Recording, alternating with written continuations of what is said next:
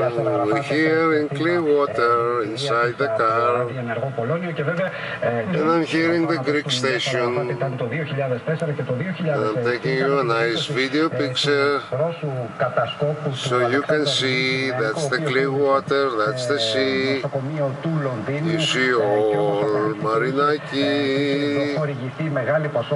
very nice for you video. Look at the villas there, that's what you want. The